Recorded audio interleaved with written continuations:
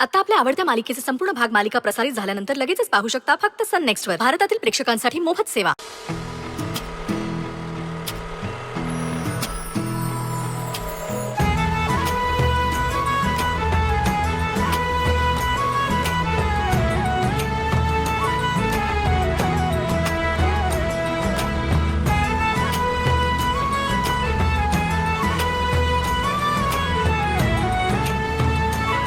Sir, तुम्हाला आधीपासूनच सगळं माहित होतं का? तुम्ही माझ्याशी बोलताय का काही? तुम्हाला आधीपासून सगळं माहित होतं का? हो, ऍक्च्युली मी तुमचं आणि त्या बाबुलनाथचं सगळं बोलणं ऐकलं होतं. काय? सांभाळून. ओके आहात ना? I'm fine. Sorry. No, I'm sorry. I am sorry. नाही, ऍक्च्युली माझी चूक आहे. माझा तोल गेला त्यामुळे माझा तुम्हाला धक्का लागला. I am really very sorry. नाही नाही, त्यासाठी नाही. म्हणजे मगाशी बाबुलनाथ पासून सुटका करण्यासाठी. या की तो माझा लहानपणापासूनचा मित्र आहे आणि तो खूप चांगला आहे. त्या दिवशी त्याने मला लग्नासाठी विचारलं आणि मला सुचतच नव्हतं काय करू, म्हणून मग मी त्यावेळेस तुमचा फोटो दाखवला आणि मग मी तुम्हाला प्रपोज केलंय असं सांगून मोकळा झाला, राईट? नाही, असं नाहीये. हे बघा, तुम्हाला ना सर, म्हणजे मी तुम्हाला अगदी खरं आणि मनापासून सांगते की तुम्हाला काहीतरी गैरसमज झालाय. मला फक्त वेळ मारून न्यायची होती. माझ्या आईची शपथ, म्हणजे माझा दुसरा अजिबात काही हेतू नव्हता. हो, तुम्ही शपथ वगैरे काय घेताय? सी, माझ्या इतक्या वर्षाच्या कामाच्या अनुभवानंतर आता मला माणसं ओळखता येतात. त्यामुळे मला माहिती होतं की तुमचा प्रॉब्लेम जेन्युइन.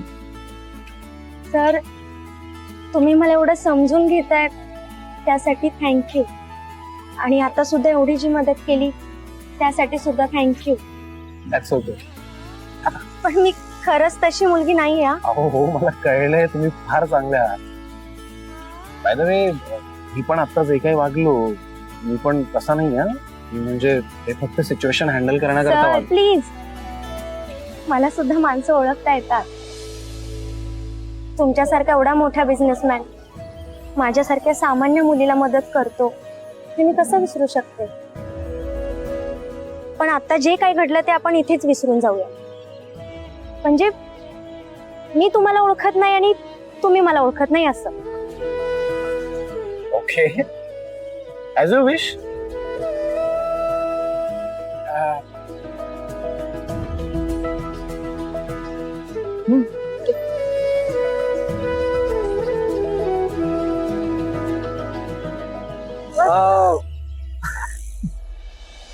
तुम्ही बोला. नथिंग. छान वाटलं तुम्हाला भेट. Bye bye.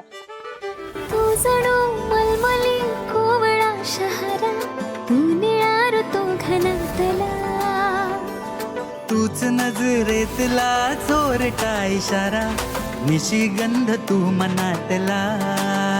तू लाडवारा जरा, तू निशा गोजिरी, तू सखा बाबरा, तू सखी भाबडी. सांग ना काय ही भावना, प्रेमासवे मैत्रीची गोडी, तुझी माझी जमली जोडी. प्रेमसवे मैत्रीची गोडी, तुझी माझी जमली जोडी, तुझी माझी जमली जोडी.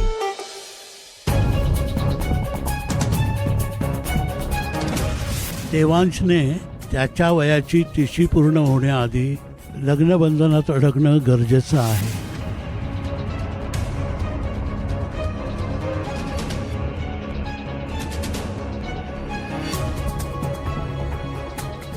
कसला विचार करतेस? मी हं? छे, सगळं ठीक आहे ना? का असं का विचारताय तुम्ही? नाही नाही, देवावरती तुझी खूप श्रद्धा आहे आणि त्याचं करण्यामध्ये तुझं मन रमतं हे मला माहिती आहे. पण हल्ली हे जरा फार वाढलंय नाही का? म्हणजे तुझे उपास तापास तर चालूच असतात, हो, माझी तब्येत सांभाळूनच करते मी सगळं. तुम्ही नका माझी काळजी करू. नाही मला काळजी याची वाटते की हल्ली तुझ्या डोळ्यात श्रद्धेबरोबर भीती सुद्धा दिसते. छे हो, काही काय. नाही मला तू खरंच सांग, काय झालंय काय? खरं सांगू का, हल्ली मला एकाच गोष्टीची काळजी लागून राहिली. आपल्या देवांशचं लग्न लवकरात लवकर व्हायला हवं. गुरुजींनी काय सांगितलं आठवतंय ना? त्याची 30शी ओलांडायच्या आज जर त्याचं लग्न झालं नाही तर. हे बघ, तू हे असे भलते सलते विचार करूच नकोस. आपल्या देवाचं सगळं नीटच होणार.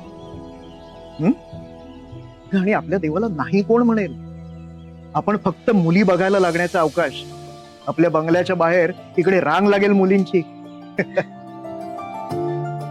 त्या रांगेतून योग्य मुलगी निवडणं हेच मोठं जिकिरीचं काम आहे. ते जिकिरीचं काम भैरवी करणार आहे ना. मग तू कशाला काळजी करतेस? अगं, ती देवासाठी चांगली मुलगी शोधेलच. अगदी बरोबर बोलताय तुम्ही. आजपर्यंत भैरवीताईंनी देवांच्या चांगल्याचाच विचार केलाय नेहमी. आयुष्याचा जोडीदार निवडताना फक्त पैसा बघून उपयोग नाही. त्या माणसाचे गुण, संस्कार हे सगळं पारखून बघणं जास्त गरजेचं.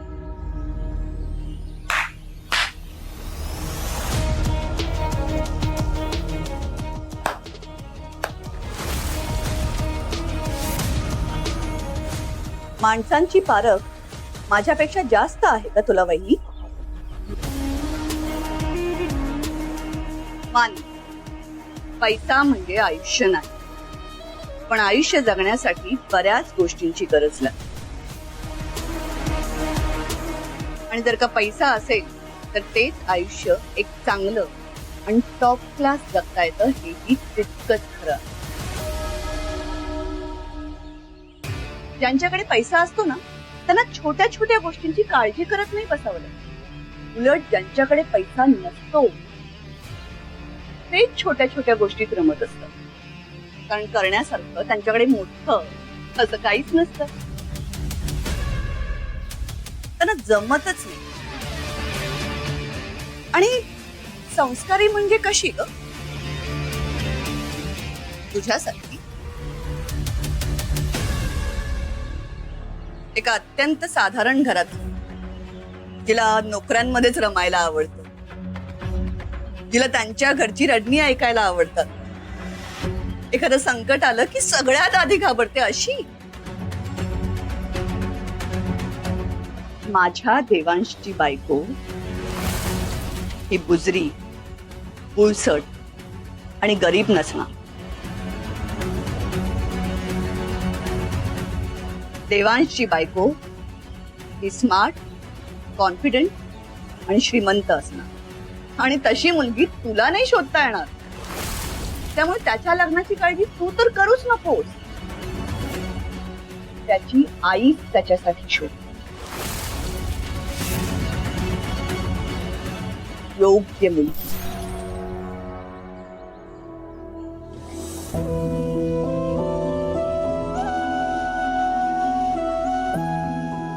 जानकी, नाही हो, ताई बोलल्या त्याचं वाईट नाही वाटलं मला.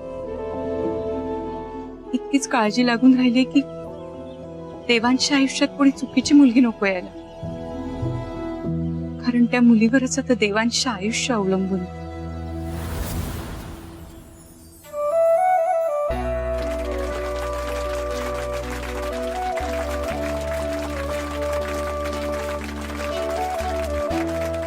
Congratulation sir. Congratulation sir. Thank you so much.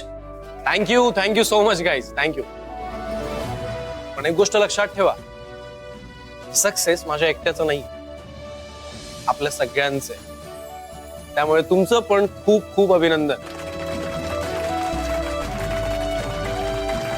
Also तुम्ही आतापर्यंत माझी जशी साथ देत आलात तशीच इथून पुढे पण देता. प्लीज, आपल्याला आणखी खूप काम करायचं. आपल्या कंपनीचं नाव जगाच्या कानाकोपऱ्यात पोहोचवायचंय, फक्त हे लक्षात ठेवा. त्यामुळे thank you, congratulation and all the best. चला आता कामाला लागा, फक्त टाळ्या वाजवत बसू नका, काना कोपऱ्यात जायचंय आपल्याला, लक्षात ठेवा. सेजल सर. काय शेड्यूल आहे आजचं? सर आज 11 वाजता तुम्हाला मेहता सरांसोबत मीटिंग करायची, त्यानंतर आपल्याला प्लांट व्हिजिट साठी जायचंय. आणि सर महत्वाची गोष्ट म्हणजे पुण्यातील आपली जी कंपनी आहे तिथे एम्प्लॉईजला काहीतरी प्रॉब्लेम होतो, सो ते आजच तुम्हाला भेटायला येणार होते, पण मी म्हटलं नाही आमचे सर बिझी आहेत, तुम्ही नेक्स्ट वीकला आहे. Why next week? No, Sejal. See, त्यांना आजच बोलवून घे. आणि एक गोष्ट लक्षात घे, आपल्या एम्प्लॉईजचा प्रॉब्लेम आपल्याकरता बाकी कुठल्याही मीटिंग पेक्षा सर्वात जास्त महत्वाचा. आज तू बाकी कुठल्या मीटिंग्स नाही केल्या तरी चालतील, पण त्यांचा प्रॉब्लेम आजच्या आज सॉल्व्ह झाला पाहिजे, कारण आपण सगळे एकाच कंपनी करता काम करतो, हे लक्षात. Okay sir. प्रायोरिटी मध्ये ठेव. सर मग मी त्यांना पनवेलच्या प्लांटवरच बोलून घेऊ, म्हणजे तुमची मीटिंगही तिथे होईल आणि व्हिजिटही होईल. या दॅट विल डू. चालेल, नो प्रॉब्लेम, करून घेतो सर. ऑल्सो सेजल, मला सांग, आपण ते काही चॅरिटीचे चेक्स पाठवले होते, त्याचं काय झालं? सर ऑलमोस्ट स्कूलमधून रिस्पॉन्स आलाय, पण एक स्कूल आहे त्यांचा अजून काही रिस्पॉन्स नाही आलाय. मी चेक करून सांगते तुम्हाला लगेच सर. त्यांचाच फोन आलाय. घे प्लीज. हॅलो, एक मिनिट सर, या स्कूलच्या मॅडम आहेत, त्यांना तुमच्यासोबत बोलायचं. Hello ma'am. हॅलो, हा सर, काल तुम्हाला पुरस्कार मिळाला, तुमचं खूप खूप अभिनंदन. Thank you so much ma'am. Actually तुमच्यासारख्या लोकांचे आशीर्वाद माझ्याजवळ आहेत, त्यामुळेच हा अवॉर्ड मला मिळाला. तुमच्या पाठीशी अनेक लोकांच्या शुभेच्छा आणि आशीर्वाद असणारच, कारण तुम्ही आमच्यासारख्या अनेक संस्थांची मदत करता. तुम्हाला कल्पनाही नसेल, पण कित्येक जणांची आयुष्य तुमच्या मदतीमुळे मार्गी लागली आहेत आणि पुढेही लागतील. नाही मॅम, सी, मी फक्त माझं कर्तव्य पार पाडतो. इनफॅक्ट आय फील ब्लेस्ड जेव्हा मला लोकांची अशी मदत करायची अपॉर्च्युनिटी मिळते. तुम्ही जे काही करता ते तुम्ही बोलून दाखवत नाही, हा तुमचा मोठेपणा आहे. आणि आता हेच बघा ना, तुम्ही शाळेचा कार्यक्रम बघितल्यानंतर चेक देणार होता, तो तुम्ही आधीच दिला. तुमचे खूप खूप आभार. हा नाही, मला असं वाटलं की आपण कुठलं तरी चांगलं काम करतोय, तर मग त्यात उशीर कशाला करायचा. आणि मॅम तुम्हाला एक खरं सांगू का, म्हणजे मला असं वाटतं की जर एखादं कुठलं मोलाचं काम, चांगलं काम, मोठं काम कोणी करत असेल तर ते तुम्ही करताय, म्हणजे गरजू मुलांना एज्युकेशन पुरवत, त्यांना त्यांचा हक्क मिळवून देत. खरंच खूप मोठं काम आहे. तुम्हाला इथून पुढे कसलीही गरज लागली ना, please don't hesitate to call. Madam, file मधले सगळे करेक्शन झाले. हा त्याच मुलीचा आवाज आहे का? नाही, आय गेस मला भास होतो. सॉरी. आणि सर, तुम्ही चेक तर पाठवलाय, पण कार्यक्रम बघायला नक्की या हा तुम्ही. येस ऑफकोर्स येणार. ऍक्च्युली मी पण खूप एक्सायटेड आहे मुलांचे परफॉर्मन्स बघायला. मुलांना सुद्धा खूप आनंद होईल. आणि तसं फॉर्मल इन्व्हिटेशन मी पाठवेनच तुम्हाला. नक्कीच, भेटूयात. Thank you, bye. मॅडम, हे गेटचे फोटो आहेत, ह्यातला कोणता प्रिंट करायचा? सई, यातला फोटो तूच निवड बरं एखाद्या सरांचा. नाही मॅडम, मी नको, तुम्हीच बघा. बरं.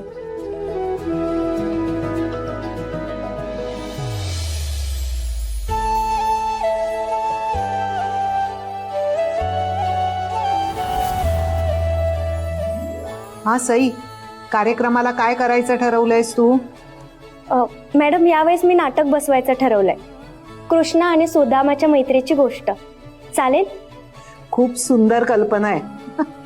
मुलांना सुद्धा खूप मज्जा येईल आणि मैत्रीचं महत्वही पटेल हा त्यांना. हो.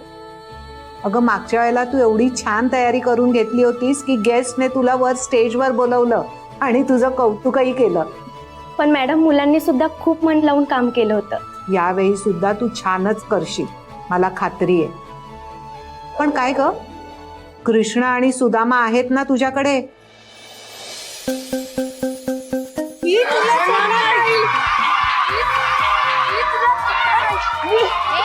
काय चाललंय तुमचं?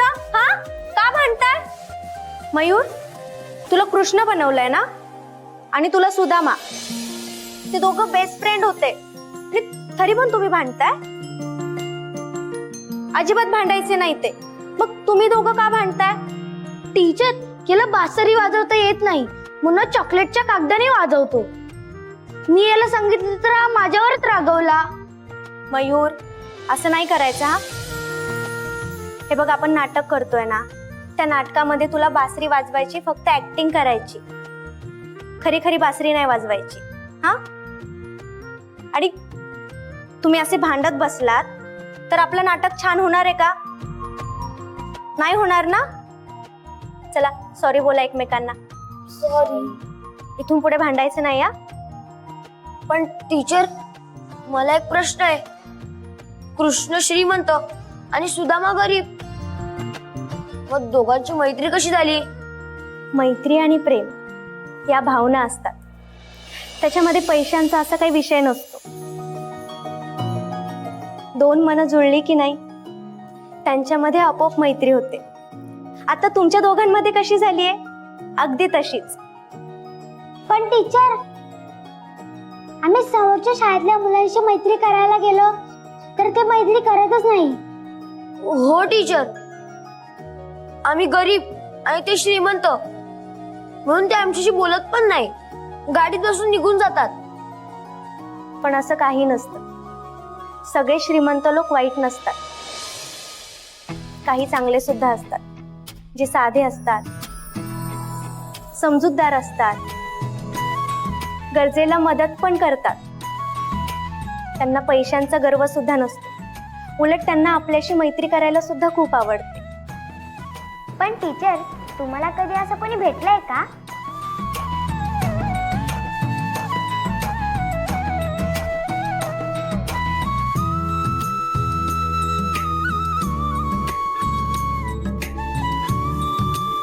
माझ्या इतक्या वर्षाच्या कामाच्या अनुभवानंतर आत्ता मला माणसं ओळखता येतात. त्यामुळे मला माहिती होतं की तुमचा प्रॉब्लेम जेन्युइन. सांगा टीचर, तुमचा आहे का कोणाचा श्रीमंत फ्रेंड जो तुमची मदत करतो?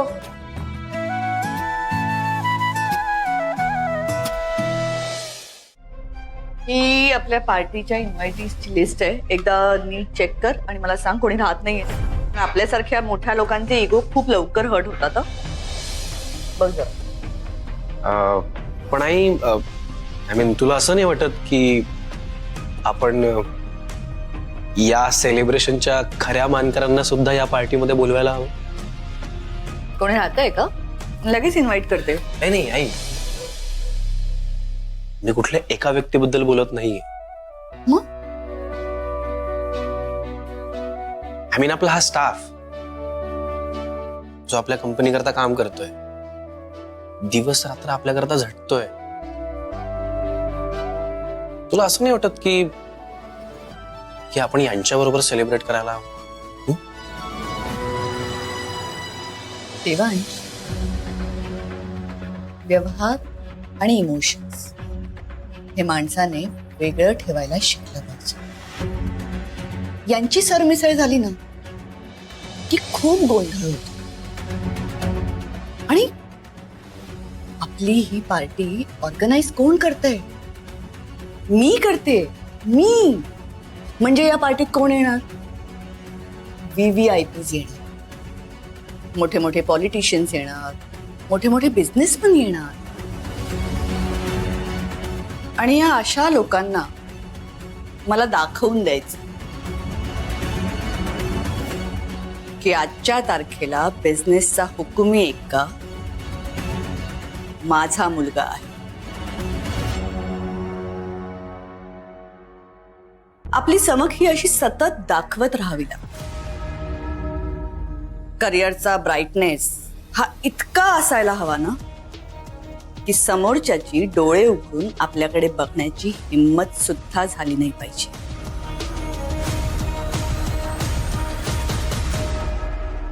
मार्केटमध्ये आपली किती वट आहे, आपला किती होल्ड आहे, हे दाखवण्यासाठीच या अशा पार्ट्या ऑर्गनाइज केल्या जातात. आणि राहिला प्रश्न या आपल्या स्टाफचा.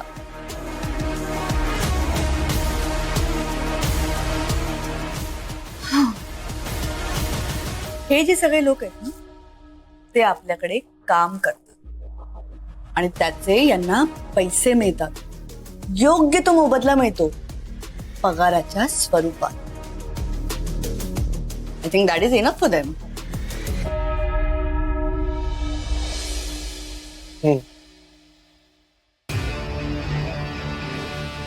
तुला हे कमी वाटतंय का?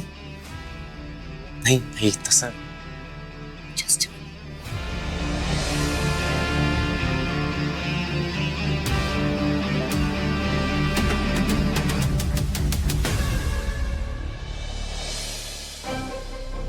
एक्सक्यूज मी, सगळ्यांनी 2 मिनिटं इथे लक्ष द्या.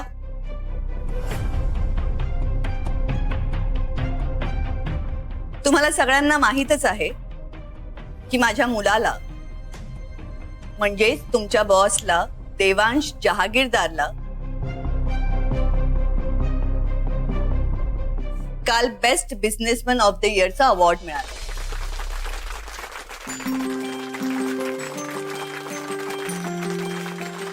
पण त्याच्या सक्सेसमध्ये तुम्हा सगळ्यांचा सुद्धा खूप मोठा वाटा आहे. त्यामुळे कंपनीने या महिन्यापासून तुम्हा सगळ्यांच्या पगारात 10% इन्क्रीमेंट करण्याचं डिसिजन घेतलेलं आहे.